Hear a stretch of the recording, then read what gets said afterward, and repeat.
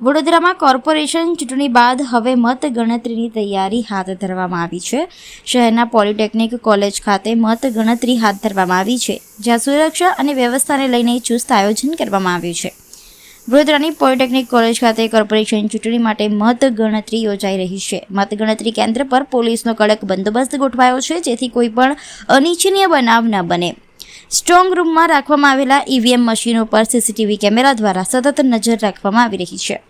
ચૂંટણી પ્રક્રિયાની પારદર્શકતા જળવાઈ રહે તે માટે દરેક સ્તરે સાવચેતી અપાઈ રહી છે.